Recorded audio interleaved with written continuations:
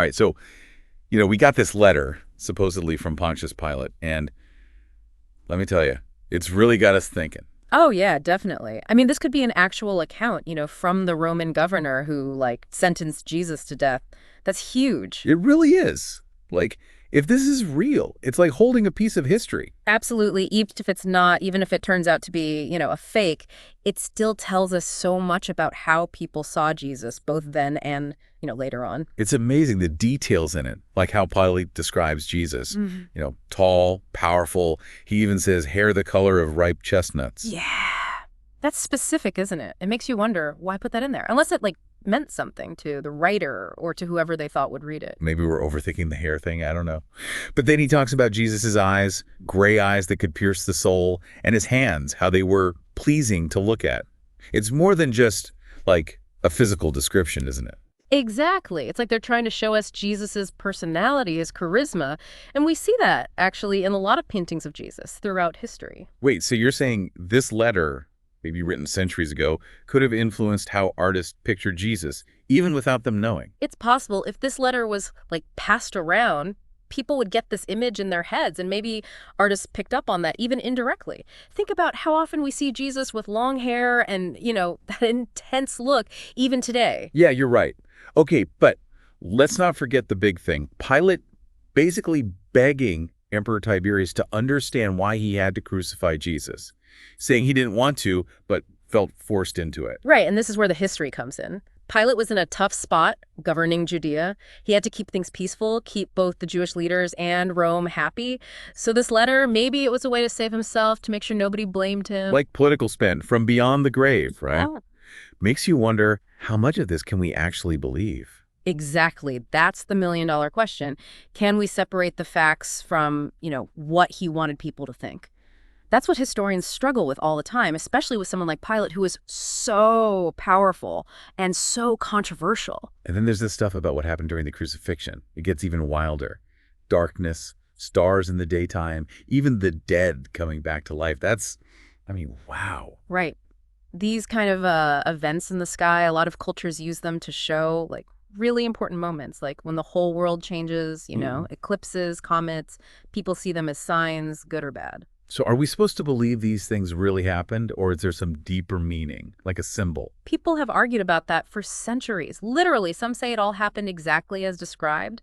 Others say it's a way to explain how huge, how important Jesus's death was. Either way, it makes this whole thing even more interesting. And speaking of interesting, what about that Pilate stone? Remind me, what is that again, and why is it so important here? Sure. The Pilate stone, they found it back in the 60s in Caesarea Maritima. It's broken up, but you can see Pilate's name and title on it. It proves he was the governor of Judea when Jesus was alive. So even if the letter is fake, we know for sure Pilate existed. He was there at the right time. Makes you think how much of this letter, especially his interactions with Jesus, could be true. And that's where the real fun begins, right? It's why this letter is so fascinating. It's not just history, it's a puzzle. It makes you question everything and try to put the pieces together. Yeah, it's like we've got all these pieces from the Gospels and history books, and now this letter comes along, and it might not fit perfectly. It's a really good comparison, that puzzle thing. You got to look at each piece super carefully, right? To see how it connects to the others, to see the whole picture. And it makes you think, this letter doesn't just change how we see history. It makes you think about, faith and how religions start. If this letter got around back then, could it have shaped how early Christians saw Jesus? That's a question people have been debating for ages, seriously. Imagine, those early Christians, they get this letter. It tells a whole different story. From a Roman's point of view, someone powerful. And Pilate, he doesn't sound so bad, right? Like he actually kind of respected Jesus, even though he condemned him. It's a powerful story. Could have changed everything. Adds a whole new layer, right? Yeah. Maybe more believable than, the traditional stories. Exactly. It shows how important stories are, whether they're true or not. They shape how we understand everything, history, faith, even our own beliefs. And it's almost like Pilate was a master spin doctor, the way he talks about meeting Jesus. Like he's trying to convince everyone, even Tiberius, that he saw something special in Jesus, something amazing. Super smart, right? Whether he meant to do it or not. By saying he liked Jesus, admired him, Pilate changes the whole story. He's not just some Roman official following orders.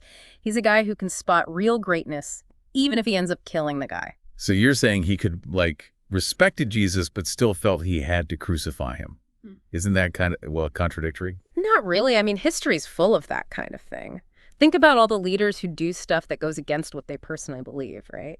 Sometimes the pressure, the need to stay in control, that's stronger than their own conscience. Wow, that's a little scary to think about. Hmm. Makes you wonder, but Pilate, how much is he being honest and how much is he just protecting himself, his reputation? It's impossible to know for sure, and that's what's so cool about this letter. It makes you think critically, weigh the evidence. You realize history isn't always black and white. It's messy, full of different accounts, different interpretations, hidden agendas, you know. Okay, let's talk about something that's really gotten people talking, the way Pilate describes how Jesus looked. He says fair skin and golden hair, which is so different from how we usually picture Jesus. What's going on there? That right there, that's caused a ton of debate. Some say it was added later, maybe to make Jesus fit in with how people saw beauty at the time or wherever the letter was copied. So, like, somebody changed the original on purpose or by accident, as they were, like, passing it down over time. Could be. It's like that game Telephone, right? The message gets all jumbled up as people retell it. But even if the golden hair thing is wrong, the letter still shows us how powerful Jesus was, how he affected people. And don't forget, all that crazy stuff that happened during the crucifixion, the darkness, the stars, like something out of a movie. Right. It's supposed to show you just how big this event was, like the whole world was being shaken up. And remember, these celestial events, whether you take them literally or not, they were a big deal back then. They meant big changes were happening, like a king dying or something like that. So is it possible Pilate, even if he didn't think Jesus was God, realized his death was a turning point, something that would change everything? Definitely something to think about. It all comes down to perspective, right? We're looking back from, well, thousands of years later, but for them back then it meant something totally different. They had different beliefs, different ideas about power, about the universe, It makes you see how our own ideas about history come from the stories we're told, the way we've been taught to see the world. And this letter, real or not, it makes us question those stories, look beyond what we think we know, and maybe find different ways to understand the past. It's wild, this letter. Like it's trying to bridge the gap between, Jesus the man and Jesus the Son of God. It talks about his teachings, about peace and love, but then it also says he was a threat, to the whole system. Yeah, it's a tricky thing, right? It shows how complicated things were back then. Like in this letter, Jesus is both a great teacher, inspiring people, but also someone who could cause a lot of trouble for someone like Pilate, who was supposed to keep things calm. And it's that trouble, right, that leads to, everything that happens. The religious leaders, they saw Jesus as like a direct challenge to their power. And Pilate, even though he seemed to kind of like Jesus, he caves in, gives in to the pressure. Yeah. It's that classic power struggle. Happens all the time throughout history. You got religious authority, political authority, they clash. And in this case, Jesus gets caught right in the middle. But here's the thing, even with all the politics, all the tragedy of the crucifixion, this letter actually mentions the rumors about Jesus coming back to life. Pilate even sent soldiers to check out the empty tomb.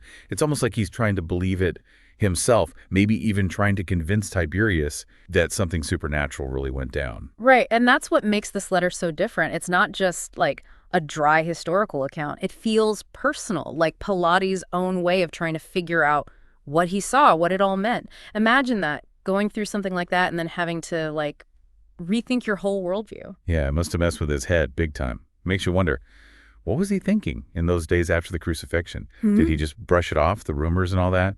Or did he actually start to, believe? Who knows? Yeah. But it shows you the power of this story. Even the people in charge, those with all the power, they had to deal with this idea, this possibility of something beyond their understanding.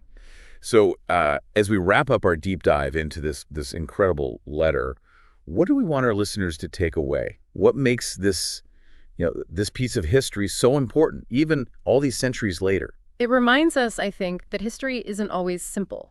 It's not just a straight line. There's always more to the story, more layers, more questions. And the story of Jesus, seen through Pilate's eyes, well, it's a perfect example of that. Yeah, it makes us think critically, question what we think we know. And maybe the most important thing, it shows us that the search for truth, it never really ends. You got to be open to new evidence, new ideas, new ways of seeing the past. And if this deep dive has, gotten you thinking, if you're wondering about this Pilate letter and whether it's real or not, remember, History is a conversation, not a lecture. So go out there, do your own research, see what the experts say, think about the historical context, and come to your own conclusions. That's what we love about these deep dives, getting to explore these topics, finding those little nuggets of information, and leaving you, our listeners, with, well, maybe more questions than answers. And hopefully those questions, they'll inspire you to start your own journey of discovery.